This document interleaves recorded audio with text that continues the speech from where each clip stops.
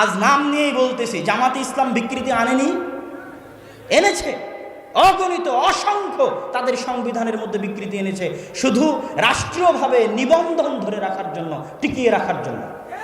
না হলে নিবন্ধন বাতিল হয়ে যাবে। 30% যদি নারী নেতৃত্ব না দেয় দলের মধ্যে, নিবন্ধন দিবে না সরকার। যদি নাম জামাতে ইসলাম বাংলাদেশ না করে, বাংলাদেশ জামাতে ইসলাম যদি না করে, তাহলে দিবে না নিবন্ধন। তখন নাম চেঞ্জ করে জামাতে ইসলাম বাংলাদেশ করা হয়েছে। 30% নারী নেতৃত্ব নিয়ে আসা হয়েছে, অগণিত পরিবর্তন করা হয়েছে। আমার চ্যালেঞ্জ থাকলো, আবুল আলা মওদুদি যেই দিন জামাত ইসলাম প্রতিষ্ঠা করেছিলেন, তখনকার জামাত ইসলামের সংবিধান আর আজকের জামাত ইসলামের সংবিধানের মধ্যে যদি বিকৃতি না থাকে, আমি আব্দুল্লাহ বক্তব্য দিব না। বিকৃতি কেন এসেছে? ক্ষমতা ধরে রাখার চাহিদায়। সে বিকৃতিটা কোথায় করা হয়েছে? ইসলামের মধ্যে। ইসলামকে জবাই করে আমি কিভাবে ইসলাম প্রতিষ্ঠা করব? যদি ইসলাম কোনোদিন প্রতিষ্ঠা করতে হয়, 100% ইসলাম প্রতিষ্ঠা করতে হবে, নো কম্প্রোমাইজ। হয় ক্ষমতা আসবে, না হয় ক্ষমতা আসবে না। ক্ষমতা দেওয়ার মালিক আল্লাহ, কিন্তু 100% উলুহিয়াত রাখতে হবে আল্লাহ। আল্লাহর উলুহিয়াতের সরিষা পরিমাণ কম্প্রোমাইজ করে আহলে হাদিসরা ক্ষমতায় যেতে রাজি নয়। আহলে হাদিসরা ওরকম হাজারো ক্ষমতার মুখে লাথি মারতে রাজি আছে, শুধু আল্লাহর উলুহিয়াত বাস্তবায়ন করার জন্য। কেন? একটা দল, একটা জামাত তো থাকতে হবে, যারা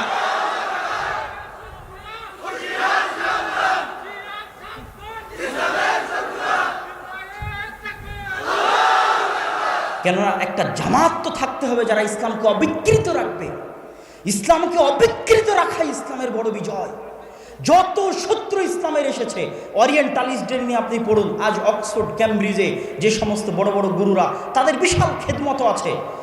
মুহাদ্দিসরা ওই খেদমত করতে পারেনি, জন্মগত ইহুদি খ্রিস্টান, কিন্তু শিখেছে আরবি ভাষা, ওরা যত বড় খেদমত করেছে। আমার ওস্তাদ মুফতি সাইদ আহমদ পালানপুরি বলতেন যে ওরিয়েন্টালিস্টদের একজন আছে, নাম আমি ভুলে গেছি, যে 16 বার মুসনাদে আহমদ প্রথম থেকে শেষ পর্যন্ত পড়েছে। কয়বার?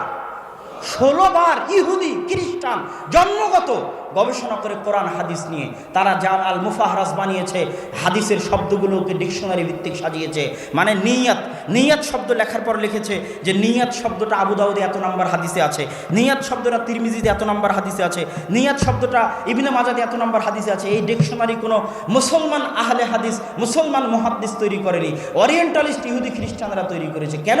তারা চেয়েছে ইসলামের মধ্যে বিকৃতি ঢুকাতে। একটা ধর্মের অবিকৃত থাকাই ওই ধর্মের আসল বিজয়।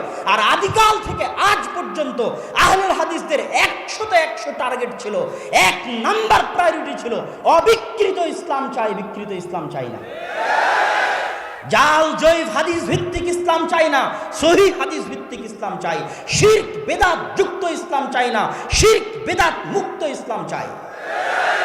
তাতে যদি দেহের রক্ত দেওয়া লাগে তো দিতে রাজি আছি।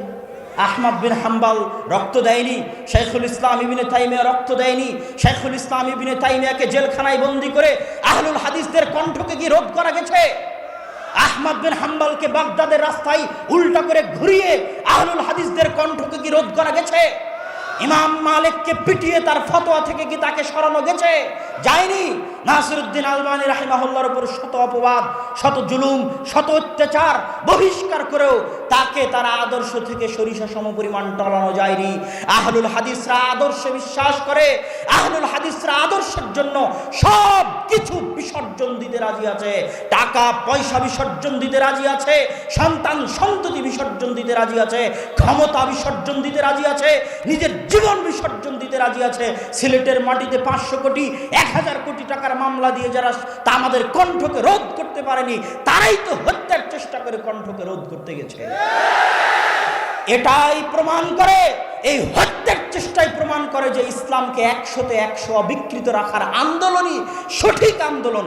এই আন্দোলনই এমন সঠিক আন্দোলন যে আন্দোলনকে শুধু এদেশের বেলাতিরা ভয় পায় না, ওই আমেরিকায় বসে থাকা, ইসরায়েলে বসে থাকা, ভারতে বসে থাকা ব্রাহ্মণবাদী সাম্রাজ্যবাদীরা ভয় পায়। কেননা তারা টাকা দিয়ে, ধোঁকা দিয়ে, লোভ দিয়ে, লালসা দিয়ে অন্যদেরকে পরিবর্তন করতে পারে, কিন্তু আহলে হাদিসদের। কিন্তু যুগের পরিক্রমায় যখন পৃথিবীর সব জায়গা থেকে জ্ঞান উঠে গেল, জ্ঞানের চর্চা সীমিত হয়ে আসলো, আলেম ওলামার অভাব দেখা দিল, হাদিসের চর্চার অভাব দেখা দিল। জালালউদ্দিন সুয়ুতির মৃত্যুর পরে পৃথিবী বড় মাপের তেমন কোনো আলেম আর দেখতে পেল না, তখন আল্লাহ সুবহানাহু ওয়া তাআলা ভারত পাকিস্তানের মাটিকে জ্ঞান চর্চার জন্য বাছাই করে নিয়েছিলেন এবং ভারত পাকিস্তানের আলেম ওলামা এই ভারত পাকিস্তানের মাটিকে জ্ঞান চর্চার এমন উর্বর ভূমি বানিয়েছিল যা আজকের পৃথিবী স্বীকার করতে বাধ্য হচ্ছে। আমি নিজেও বাস্তব তার চাক্ষুষ প্রমাণ দেখেছি। এমন কোনো হাদিসের বই নাই, এমন কোনো ইলমুর রিজালের বই নাই, এমন কোনো ইলমুল জারহ ওয়া তা'দিলের বই নাই যার অধিকাংশগুলো যদি বলা হয় আউয়াল তাবা, প্রথম প্রকাশ, প্রথম টাইপ করা প্রিন্টেড প্রকাশ কোথায় থেকে, দেখলেই দেখা যাবে হিন্দ থেকে, হায়দ্রাবাদ দাকান, দায়রাতুল মাআরিফ হায়দ্রাবাদ দাকান থেকে প্রকাশিত। বিখ্যাত ইয়েমেনের আলেম আব্দুর রহমান বিন ইয়াহইয়া আল মুআল্লিমি, তিনি আল জারহ ওয়া তা'দিল ইবনু আবি হাতিম, আবু হাতিম হচ্ছেন বিখ্যাত মুহাদ্দিস। মুহাদ্দিসদের মধ্যে যারা পাহাড় স্বরূপ, জাবাল স্বরূপ হাদিস শাস্ত্রে যাদের কথা চলে, যারা ইমাম বুখারী, ইমাম মুসলিম, আবু দাউদ, নাসাই, তিরমিজির উস্তাদ, আবু হাতিম, আহমদ বিন হাম্বল, আবু যুরআ, ইয়াহইয়া বিন মাঈন, ইয়াহইয়া বিন সাঈদ আল কাত্তান, আলী ইবনুল মাদিনী, এই পাঁচজন হচ্ছেন হাদিস শাস্ত্রের জাবাল, পাহাড়, যাদের কথায় রাবিদের যাচাই বাছাই নির্ধারিত হয় এই রাবি চলবে না চলবে না। 80%, 90% রাবিদের সঠিক ব্যাঠিক নির্ধারিত হয় এনাদের কথার উপর ভিত্তি করে। সেই আবু হাতিম আর আবু যুরআ দুইজনকে পাশে বসিয়ে তাদের এই আবু হাতিমের সন্তান আব্দুর রহমান ইবনু আবি হাতিম, তিনি একজন করে রাবির নাম নেন আর বাপকে জিজ্ঞেস করেন, আব্বা এই রাবির বিষয়ে আপনার মন্তব্য কী, এই বর্ণনাকারীর বিষয়ে আপনার মন্তব্য কী? পিতা উত্তরে বলে, ছেলে লিখতে থাকে। পাশে আর একজন শায়েখ থাকে আবু যুরআ, তাকে জিজ্ঞেস করা হয় এই রাবির বিষয়ে আপনার মন্তব্য কী? তিনি বলেন, ছেলে লিখতে থাকে। এই লিখিত বই আল জারহ ওয়া তা'দিল, হাদিস শাস্ত্রে, জারাহ তা'দিলের শাস্ত্রে কোন রাবি চলবে কোন রাবি চলবে না, এই শাস্ত্রে সবচেয়ে পুরাতন এবং সবচেয়ে গ্রহণযোগ্য, সবচেয়ে নির্ভরযোগ্য সানাদওয়ালা গ্রন্থ হচ্ছে আল জারহ ওয়া তা'দিল। ইমাম বুখারী যখন তারিখুল কাবির লিখেছিলেন, ইমাম বুখারীর জীবনের প্রথম লেখাগুলোর একটা ছিল 18-19 বছর বয়সে যখন তিনি তারিখুল কাবির লেখেন, তখন তিনি সমস্ত রাবিদের জীবনী রচনা করার চেষ্টা করেছিলেন, কিন্তু তেমন জারাহ তা'দিল নকল করেননি। খুব অল্প সীমিত জারাহ তা'দিল নকল করেছেন, রাবি চলবে কি চলবে না কথা নকল করেছেন সীমিত।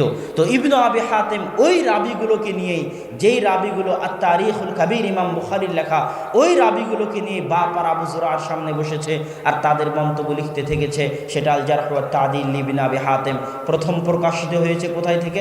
আব্দুর রহমান বিন ইয়াহইয়া আল মুআল্লিমি, কোথায়? ইয়েমেনের মুহাদ্দিস। তিনি এই বই প্রকাশ করেছেন কোথায় বসে? ভারতের হায়দ্রাবাদে বসে, দায়রাতুল মাআরিফ দাকানে বসে গবেষণা করে করে আউয়াল তাবা, প্রথম প্রকাশ এই বইয়ের ভারতের মাটিতে। এরকম অগণিত অসংখ্য বই আছে, অসংখ্য খিদমাত আছে যেগুলো ভারতের মাটি থেকে আঞ্জাম দেওয়া হয়েছে। আজ সৌদি আরবের শায়েখদের কাছে যত হাদিসের সানাদ আছে, হাদিসের সানাদ মানে আল্লাহ রাসূল পর্যন্ত, ইমাম বুখারী পর্যন্ত, মুসলিম, আবু দাউদ, নাসাই, তিরমিজি, ইবনে মাজাহ পর্যন্ত যে সিলসিলায়ে সানাদ, যে এই বই আমি উমুককে পড়িয়েছি, সে তাকে পড়িয়েছে, সে তাকে পড়িয়েছে, এই সানাদ সাবেত না হলে বই সাবেত হয় না। লেখক পর্যন্ত সানাদ সাবেত না হলে বই অগ্রহণযোগ্য প্রমাণিত হয়। যেমন লেখক থেকে আল্লাহ রাসূল পর্যন্ত সানাদ লাগে হাদিসটা আল্লাহ রাসূলের কিনা এটা প্রমাণ করতে, বুখারী থেকে রাসূল সাল্লাল্লাহু আলাইহি ওয়াসাল্লাম পর্যন্ত সানাদ লাগবে হাদিস আল্লাহ রাসূলের কিনা এটা প্রমাণ করতে। কিন্তু এই বই ইমাম বুখারী লিখেছে না অন্য কেউ লিখেছে?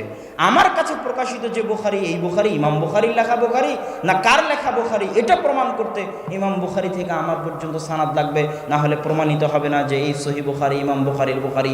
মানুষ বলবে এটা বিকৃত করে অন্যের লেখা নামে চালিয়ে দেওয়া হয়েছে, ইমাম বুখারীর নয়। এই যে সানাদগুলো আজও সৌদি আরবের মাটিতে যত সানাদ আছে তার 50%, 60-70% সানাদ শাহ ওলিউল্লাহ মুহাদ্দিস দেহলভী হয়ে, ভারতের কোনো না কোনো মুহাদ্দিস হয়ে, মিয়া নাজির হোসাইন দেহলভী হয়ে, ভারতের কোনো না কোনো মুহাদ্দিস হয়ে এই সানাদগুলো লেখক পর্যন্ত পৌঁছে, বুখারী, মুসলিম, আবু দাউদ, নাসাই, তিরমিজি, ইবনে মাজাহ পর্যন্ত পৌঁছে। এই জন্য এখনও আরবের শায়েখদের মধ্যে প্রচলন রয়েছে সানাদ গ্রহণের জন্য ভারত পাকিস্তানে আসা, কেননা এখনও পৃথিবীর আলী সানাদ, উঁচু সানাদ, এই উঁচু সানাদ বলতে মাঝখানে ব্যবধান কমে যাওয়া, লেখক পর্যন্ত ব্যবধান কমে যাওয়াকে বলা হয় আলী সানাদ। এখনও আলী সানাদ অনেক ভারত, পাকিস্তান, বাংলাদেশের মাটিতে রয়েছে, যেগুলো অন্য দেশগুলোতে পাওয়া কঠিন আছে। আমি আলোচনা করছিলাম জালালউদ্দিন সুয়ুতির পরে ভারতের মাটিতে হাদিসের যে খিদমাত শুরু হয়, এই খিদমাতের কথা সকলেই স্বীকার করেছেন।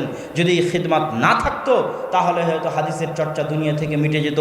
সেই খিদমাতগুলোর প্রথম যিনি শুরু করেছেন তার নাম বলতে হয় নওয়াব সিদ্দিক হাসান খান ভূপালী। নওয়াব সিদ্দিক হাসান খান ভূপালী একাধারে যেমন রাষ্ট্রনেতা ছিলেন, ঠিক তেমন আলেম ছিলেন।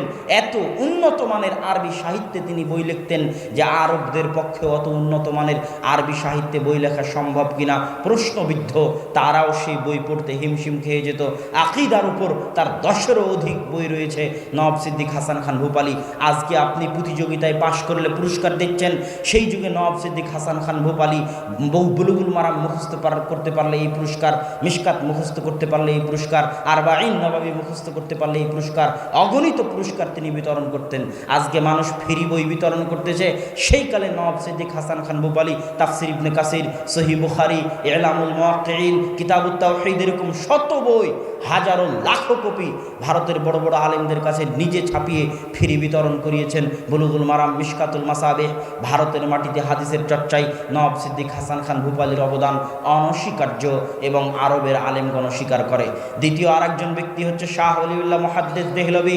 তার লেখা আল হুজ্জাতুল্লাহিল বালেগার যে আরবি ভাষার মান, এই আরবি ভাষার মান একজন ভারতের মাটিতে বসা একজন অনারব কিভাবে লিখতে পারে তা ভাবতে ভাবতে মানুষ অজ্ঞান হয়ে যেতে পারে। হুজ্জাতুল্লাহিল বালেগাতে শাহ ওলিউল্লাহ মুহাদ্দিস দেহলভী রাফুল আদাইনের কথা লিখেছেন, 12 তাকবীর ঈদের সালাত আদায়ের কথা লিখেছেন, জোরে আমিনের কথা লিখেছেন। তিনি আমলগতভাবে হানাফি হলেও তিনি তার লেখনীতে, তার দার্সে আহলুল হাদিসদের কথা বলে গেছেন। শাহ ওলিউল্লাহ মুহাদ্দিস দেহলভীর মাধ্যমে মূলত ভারতের মাটিতে জমে থাকা শিরক, বেদাত, জুমুদ, তাকলিদের যে জুমুদ ভারতের মাটিতে জেঁকে বসেছিল, সেটার বিরুদ্ধে প্রথম আন্দোলন মূলত তিনি ইলমি আন্দোলন পরিচালনা করেছিলেন। তার ছেলে, তার মৃত্যুর পর আব্দুল আজিজ মুহাদ্দিস দেহলভী, যিনি প্রথম ভারতকে দারুল কুফর ঘোষণা করেন। দারুল কুফর মানে যার বিরুদ্ধে জিহাদ করা যায়, যার গনিমতের মাল লুণ্ঠন করা যায়, যার জোরপূর্বক ক্ষমতা দখল করা যায়, সেটাকে বলা হয় দারুল কুফর। যেহেতু ভারত দারুল ইসলাম ছিল, মুসলমানেরা যেহেতু ভারত শাসন করত,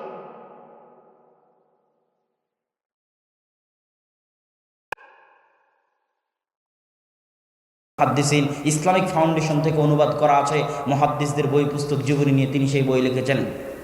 সম্মানিত উপস্থিতি, তিনি সেই বই লিখেছেন। সম্মানিত